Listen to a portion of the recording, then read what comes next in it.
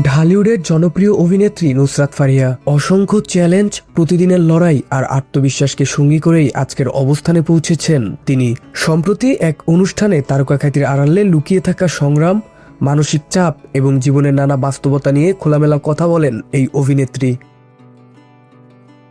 নুসরাত ফারিয়া বলেন, স্ট্রাগল ছাড়া লাইফে কোনো কিছু অ্যাচিভ করা যায় না।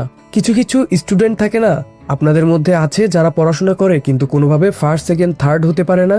আমি ছিলাম তাদেরই একজন।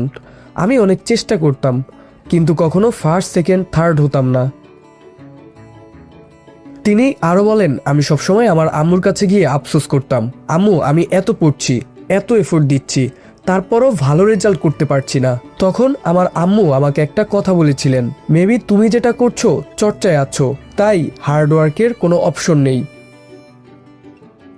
আমি এখন পর্যন্ত 23টা সিনেমা করেছি, গান করেছি 7 থেকে 8টা, দেশ বিদেশ মিলিয়ে 550-র বেশি শো করেছি। কিন্তু তারপরেও প্রতিবার যখন মঞ্চে দাঁড়াই বা ক্যামেরার সামনে দাঁড়াই, আমি ঠিক ততটাই টেনশনে থাকি, ততটাই নার্ভাস থাকি। আমার মনে হয় এটাই আমার ফার্স্ট টেক এবং এটাই আমার লাস্ট টেক। সামাজিক যোগাযোগ মাধ্যমের সমালোচনা নিয়েও কথা বলেন এই অভিনেত্রী।